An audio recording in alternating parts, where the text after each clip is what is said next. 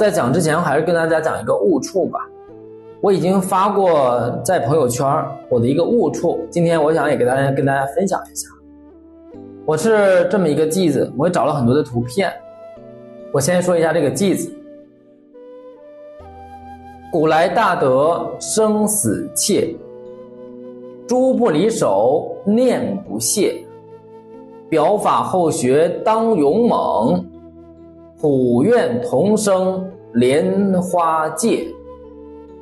就是我们古代的，包括我们清朝的、清末民初的，古代的我们看不见嘛，没有照片嘛。那清末民初的很多高僧大德长老，生死心切呀，就是为了成佛，就是为了解脱。他们可能说方法不一样。我们禅宗泰斗虚云老和尚是以禅宗为修持。我们净土宗的印光大师，他们几乎是同时代的，是一句佛号为行持。我们弘一大师律宗可以说是律宗的祖师，最后导归极乐。像谭虚长老、太虚大师、慈州老法师、弘一大师、虚云老和尚、印光大师，他们都在生死心切呀，他们都要快点解脱。那么他们就有一种法宝，我就发现啊，他们每人一串佛珠，随时随地拿着，就有密意呀。我觉得我才发现，你知道吗？我觉得我发现的，你也看出了，但你不知道这是个方法。诸不离手，念不懈，它是提醒正念。不管你是我们虚云老和尚，它就是一个法宝，不光是提醒念佛，它是提起正念的。那么对于念佛人，它是能够在佛号上的，它是工具，它是拐棍儿。表法后学当勇猛。你看我们古来大德为什么成就？他们生死心切。他们拿到了一个工具，为什么我们传承其实就有，现在已经断了，也没人重视了？因为这个它本来就是法，你知道吗？它本来就是一个妙法，只是我们不觉得它是方法。就像我们那个念佛三昧和念佛三昧一样，不说效果不显著，把这窗水给你一捅，哦，这么回事儿，能明白不？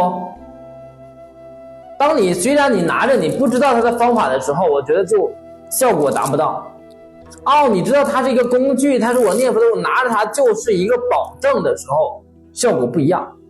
像我们传印长老啊，他们一直都是拿着。咱们一开始不懂，我才懂。你不要觉得你也懂了，那是你马后炮。通过我的实践，这也是我的，不光是看他们，我也在实践嘛。你看这个就不能放。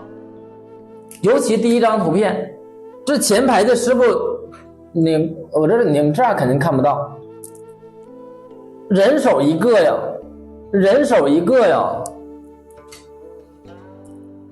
印光大师、虚云老和尚拿着没有？他们都有，这个是一大长的，这是虚云老和尚，这是谭虚长老、谭虚大师。这是慈州大师，这是太虚大师，必须拿着。你多本事，你可能念佛三昧了，你不用拿，你啥也不用拿，计数器、佛珠你都不用拿。功高我慢，自我感觉良好型的，觉得自己很有修行，你别把自己耽误了啊！我祝你能往生，不听话呀，必须拿工具呀。你实在不想拿它，我就说你拿它呀，必须拿呀！我真说的掏心窝子的话呀。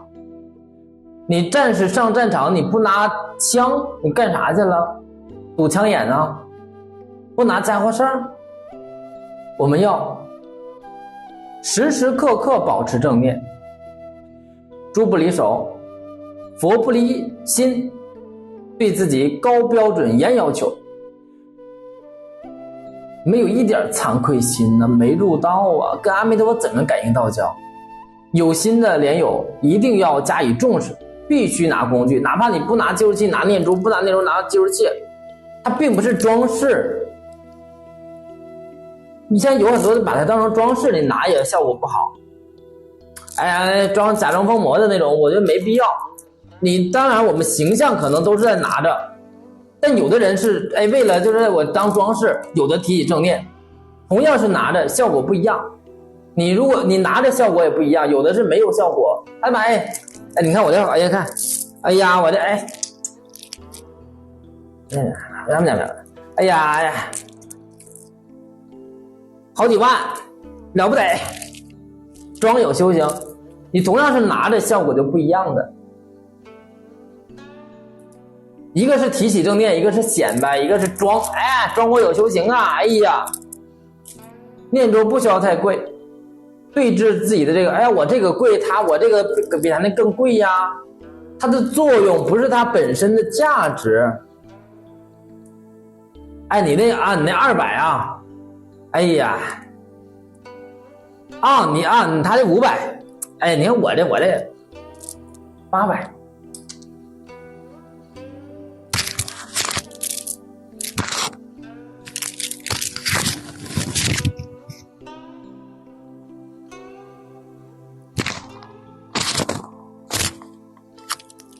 拿计数器方便，你这个吧，因为它这个没有这计数难，当你方便你认为它，但是我有时候一块拿着，你知道我这样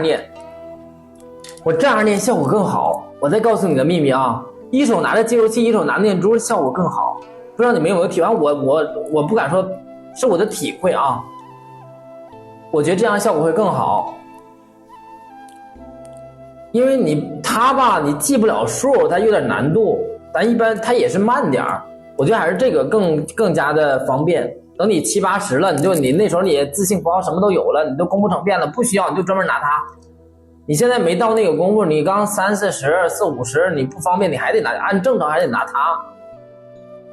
你事儿太多，你也放不下，你现在没资本呢，但是你一块拿着行。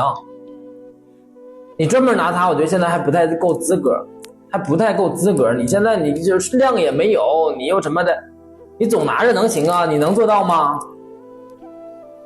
你又没功夫，它容易掉。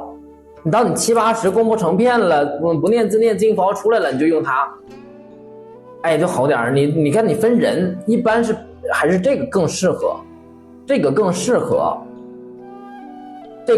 啊。不方便，对，不方便，不是说好不好，它不方便，有时候念珠。